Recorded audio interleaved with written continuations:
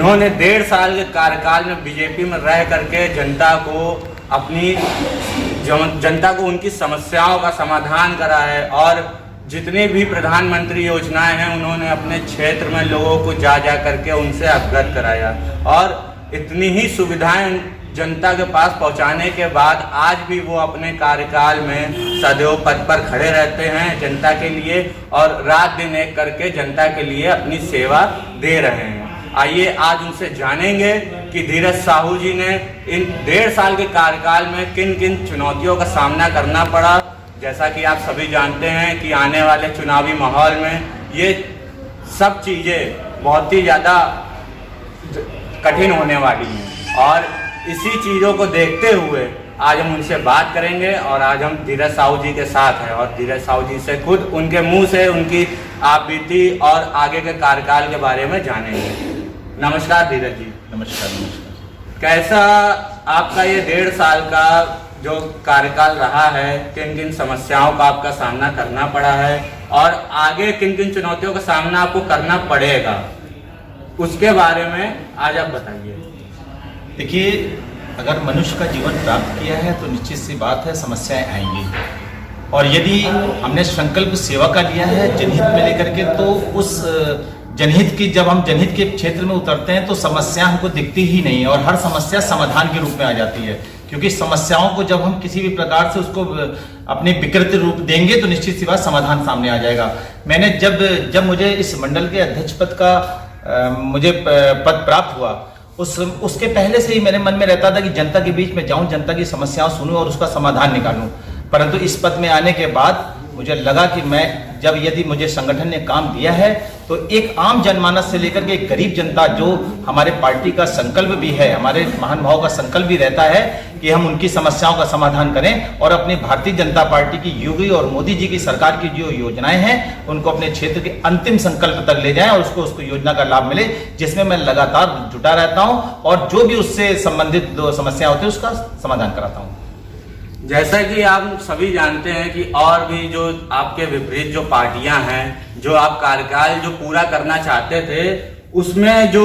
विपरीत पार्टियों का जो इन्वॉल्वमेंट होता है जिसकी वजह से कुछ कार्य जो सीधे सीधे हो सकते हैं उसमें भी कठिनाइयां आ जाती हैं, तो उनसे आपने निकलने का जो आपने प्रयत्न करा होगा और क्या आपके कार्यकर्ताओं ने आपके साथ प्रयत्न करा और उसमें क्या सहयोग दिया, उसके बारे में आप क्या बताएंगे?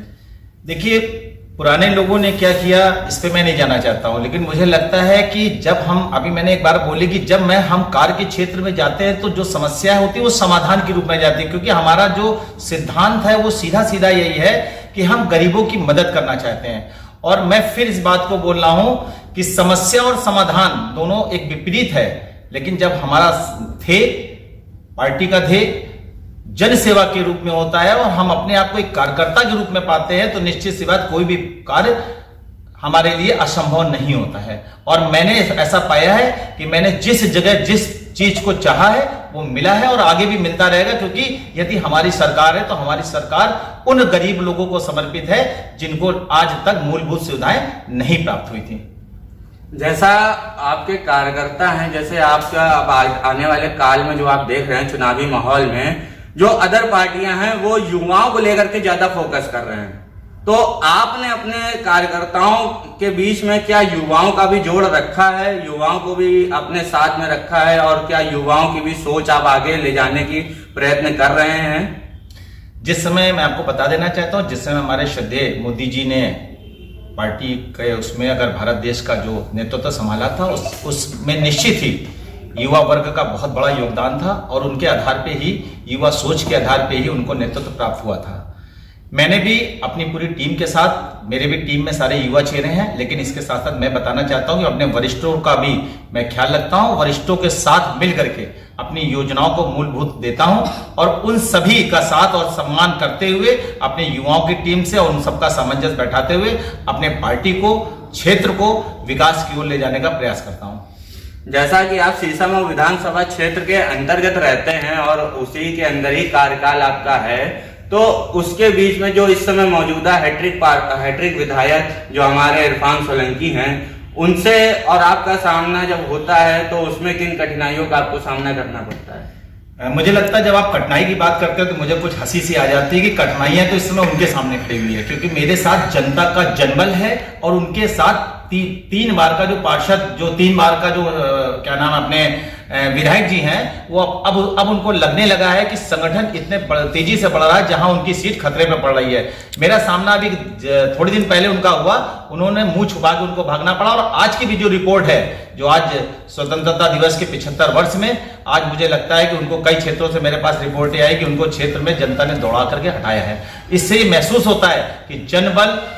जनबल के आगे धनबल नहीं काम करेगा। और जहां जनता का अगर अपार हमको सहयोग मिलेगा तो हमारा शीशम विधानसभा में मैं दावे से कह सकता हूं उन मतदाताओं के दम पे मैं कह रहा हूं जिन्होंने हमको स्नेह दिया था। और इस बार और बड़ी ताकत से इस बार उनकी जमानत बचाना भी मुझे लगता है मुश्किल हो जाएगा। ऐसा मेरा ध्येय है और इसमें मैं सक्सेस हो जाऊंगा। तो जैसा कि आप सभी ने देखा, धीरज साहू जी से जो हमारी कुछ वार्तालाप हुई, उसी के साथ उन्होंने अपना बीता हुआ 1.5 साल का कार्यकाल बताया और आगे की परिस्थितियां भी बताई। कैमरामैन सूरज के साथ प्रखर चौरसिया की रिपोर्ट।